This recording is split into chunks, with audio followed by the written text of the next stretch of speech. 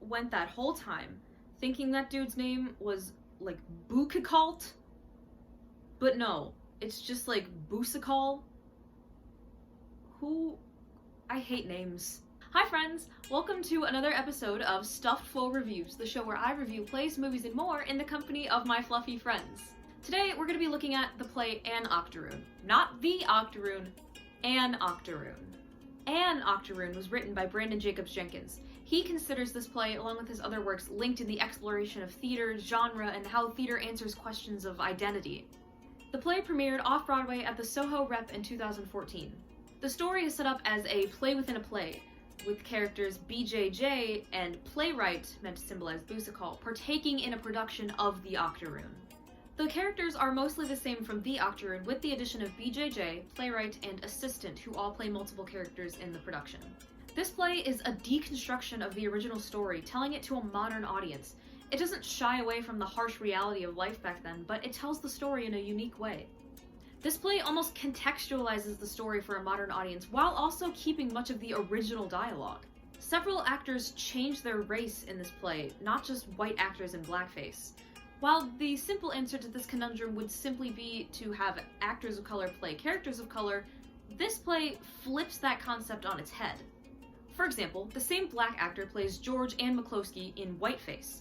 This choice, I think, shows how constrictive roles were for people of color, both past and present. White men could be the dashing hero, the dastardly villain, or anything in between. Actors of color, however, were reduced to just the bumbling slaves, purely there for comic relief. This is especially true in Busakal's original work. BJJ also writes the slave women with contemporary dialogue. He says in the stage directions, "I don't know how slaves talked, and neither do you." His writing, while also making the story more easily understandable to a modern audience, gives these characters a personality and a sense of realness.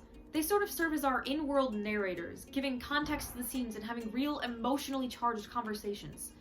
BJJ makes them real people. Now what did we think of the play? If I'm lactose intolerant, this play is soy milk. It's a lot easier to digest. I found this piece much more enjoyable than the last. I found myself really interested in what the characters had to say, and I didn't feel that same awkward heaviness that I felt reading the last play. The stage directions also did so much more than simply give entrances and exits. There were personal touches from BJJ in the stage directions that the audience may never know are even there. They were very specific while also allowing for plenty of liberty. I think what makes this play stand out from its predecessor is the fact that you're allowed to laugh at it. You're almost supposed to. It's intentionally awkward and messy and in-your-face offensive. My friends and I were laughing wildly at things we were cringing at during the previous read-through.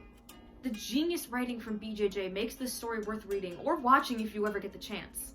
It's important for us to study this play in the 21st century because this is a person of color deconstructing the work of an old white man and breathing new life into it, sending a message across the world. Well, that does it for another episode of Stuffed Full Reviews. Take care, and I will see you next time. Bye! My notes say, "Whoa, this play is crazy!" Thanks for that, Steven.